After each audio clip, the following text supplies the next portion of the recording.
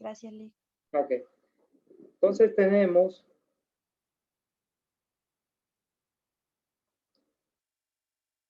que la razón de liquidez es igual a activo corriente entre pasivo corriente. ¿Conocemos activos corrientes? Sí, ¿verdad? ¿Cuánto es nuestros activos corrientes? Aquí lo tenemos, 479. Ahora bien, ¿cuántos son nuestros pasivos corrientes? No lo sabemos. Estos son los que vamos a determinar.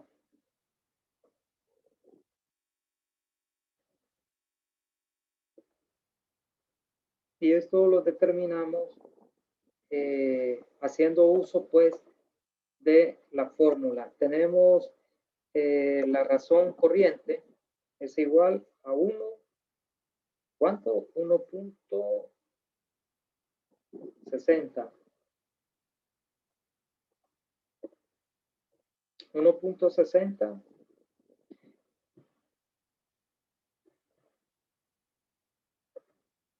entonces tendríamos una división, ¿verdad? De estos valores, el pasivo, perdón, los activos corrientes entre la razón corriente. Y esto pues nos indica cuánto es el valor de nuestros pasivos. ¿Cuántos son nuestros pasivos? 239,000 y fracción. Los tomamos aquí, los colocamos y por diferencia encontramos el valor de los documentos por cobrar. Menos este, igual. Y ahí en este caso, pues tenemos ya estos valores. Ahora, la deuda de largo plazo, ¿cómo la vamos a determinar? Vamos a ver si tenemos otro dato aquí que nos ayude. Esta ya la utilizamos. Este es bien importante, el índice de endeudamiento. El índice de endeudamiento nos dice cuánto debemos de nuestros activos. ¿Y cómo la determinamos? Aquí están las razones. Endeudamiento total pasivos entre total activos.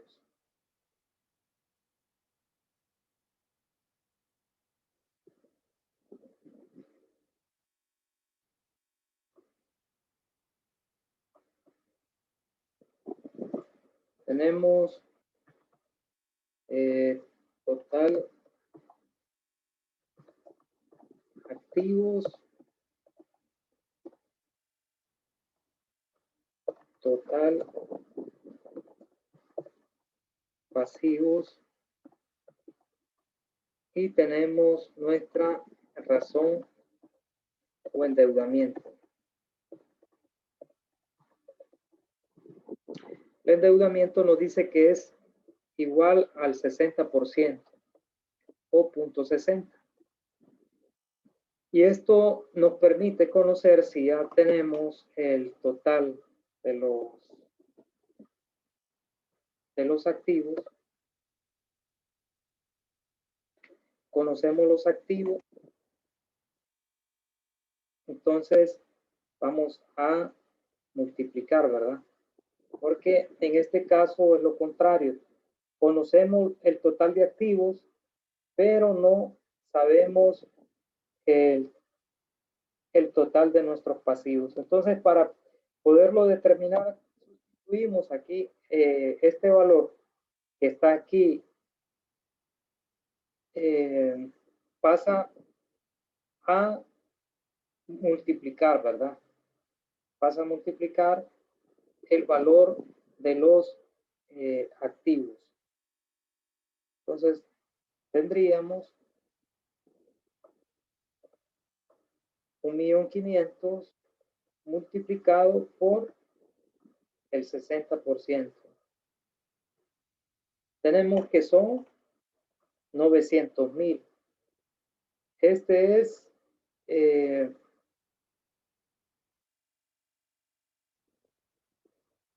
total de nuestros pasivos.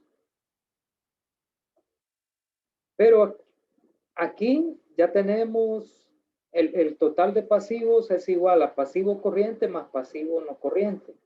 Entonces, si aquí conocemos ya nuestros pasivos corrientes, lógicamente vamos a encontrar nuestros pasivos de largo plazo o deuda de largo plazo a partir del total de los pasivos, restándole los pasivos corrientes. Entonces tendríamos los 900.000 menos pasivo corriente, que va a ser igual a nuestros pasivos de largo plazo. Ahora bien, tendríamos aquí una diferencia, pero es por la aplicación, que aquí hay un redondeo en estos números. Aquí serían 300.000 para poderlo tener cerrado. Entonces, ahí sí nos va a cuadrar. Entonces, por valores así, no tendríamos problema. Entonces, recuerden que el total de pasivos más patrimonio, pues simplemente es sumar, ¿verdad? Sumamos patrimonio, sumamos pasivo de...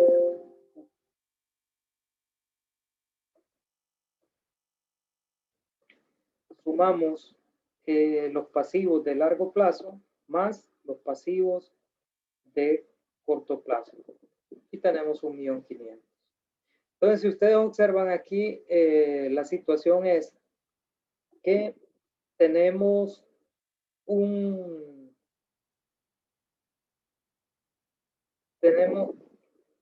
que nos falta un resumen de cuentas aquí, pero por esa razón es importante conocer pues la estructura del balance general y encontrarle el sentido, ¿verdad? No bloquearnos porque no tenemos el total de pasivos, no significa que no podemos determinar nuestra deuda de largo plazo.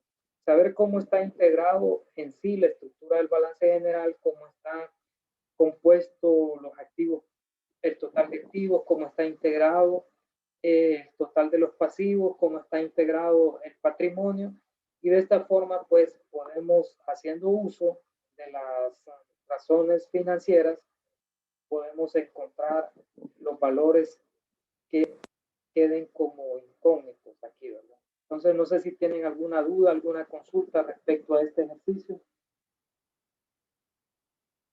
¿No estamos claros? No, está un poco, más que todo, falta de práctica. Porque... Sí, por eso les menciono que ustedes tienen que familiarizarse con la estructura del balance general, del estado de resultado, conocerlo. Si sabemos que el balance general es una ecuación, activos igual a pasivos más patrimonio. Ahora bien, ¿cómo está integrado los activos? Pues están en dos grupos, activos pasivos, perdón, activos corrientes más activos no corrientes. ¿Cómo están integrados los pasivos? Igual. El patrimonio, pues ya sabemos cuáles son las cuentas de patrimonio. Capital social, utilidad acumulada, utilidad del periodo, reserva legal, puede ser superávit por revaloraciones, pueden ser otras reservas, pueden ser otros valores, puede ser capital o aportaciones de los socios pendientes de capitalizar. Y este pues sería la forma en que ustedes pueden completar el estado de resultado. También podríamos completar este es el balance general, podríamos completar un estado de resultado de la misma forma. Si nos dan cierta información de del estado de resultado y nos dan algunos indicadores financieros, pues podemos al final determinar cómo es la estructura del balance, perdón, del estado de resultado, cómo tendría que quedar. Tenemos aquí un caso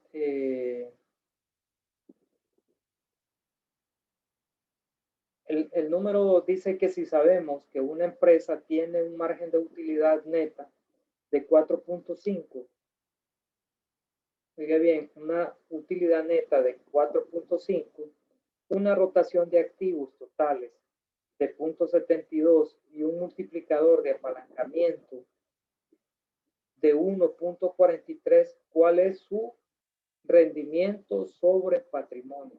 ¿Cuál es la ventaja de utilizar el sistema Dupont para multiplicar, para calcular el rendimiento sobre patrimonio, sobre el cálculo directo de las ganancias disponibles para los accionistas comunes, entre el capital? O sea que aquí lo que van a aplicar es la fórmula que estuvimos viendo, ¿verdad? No tiene mucho, no es muy compleja. A partir de la utilidad neta, ustedes determinan cuál es el rendimiento sobre los activos, porque conocemos la utilidad neta y conocemos la rotación de los activos. Y si ustedes recuerdan, el rendimiento sobre los activos totales va a ser igual a utilidad neta entre la rotación de los activos. Esta fórmula la tenemos aquí.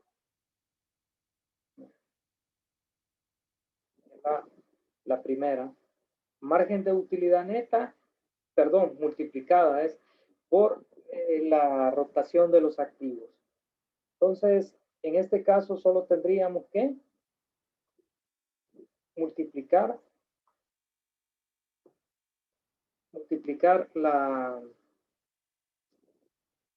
la utilidad, perdón, el margen de utilidad neta, que es igual a 0.045, a 4.5%. Esto lo multiplicamos por la rotación de los activos. La rotación de los activos es igual a 0.72 veces. Y tenemos entonces que el rendimiento sobre el RSA es igual a 3.24. Ya tenemos el primer dato para hacer la segunda parte. Y ahí nos dice que el multiplicador de apalancamiento financiero es igual a 1.43. Ya nos dan el indicador de multiplicador de apalancamiento financiero, otro les dicen multiplicador de capital. Con cualquiera de los dos nombres que les aparezca, pues entiendan lo que se refiere a este indicador o a este numerito que tenemos aquí, que surge de tener el total de los activos entre el capital. Entre el capital o patrimonio, ¿verdad? Aquí sería patrimonio, lo vamos a dejar para que lo entendamos mejor. Y luego solo vamos a multiplicar el rendimiento sobre los activos por el multiplicador y tenemos el rendimiento sobre el patrimonio. Entonces, rendimiento sobre patrimonio va a ser igual a este numerito, sería el multiplicador financiero o multiplicador de capital, es igual a el valor que tenemos, 1.43. 1.43. Entonces, este solo es de multiplicarlo.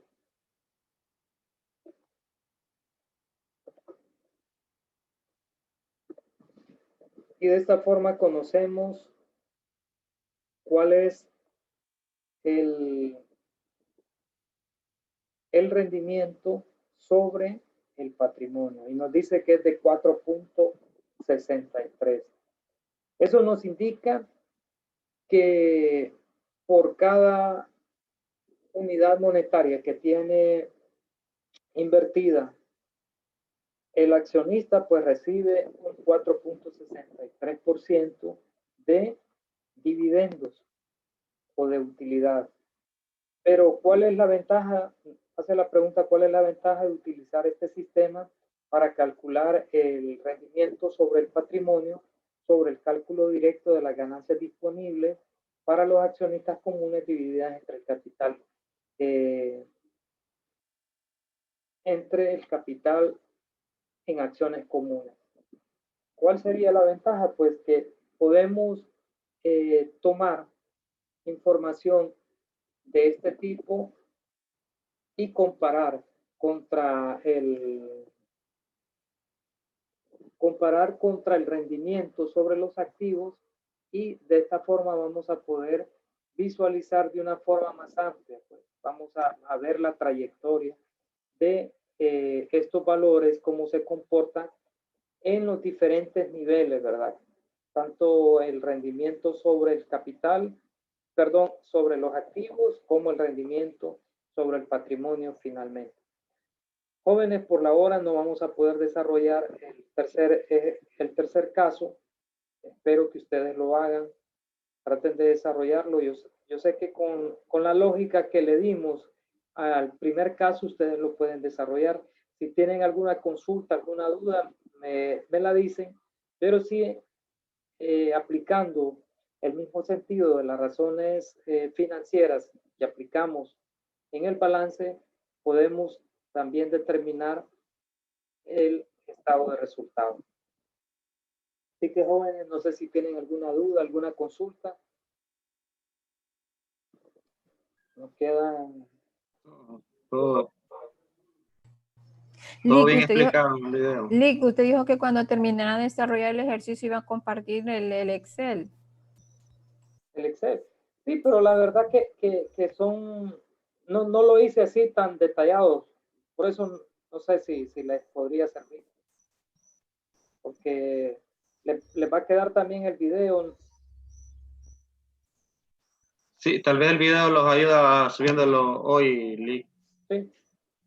Yo se lo subo un poquito porque tengo clase a las 9. Sí, después de las 9 se los podría subir. Sí. Sí, para ir tomando datos más precisos lo que tomamos. Bueno, yo tomé datos, pero más precisos. Si le sirve el Excel, se lo subo también, ¿verdad? No hay problema. Sí, sería bueno, Lick. Okay. Hola. Okay. ¿Cómo están? ¿Qué tal?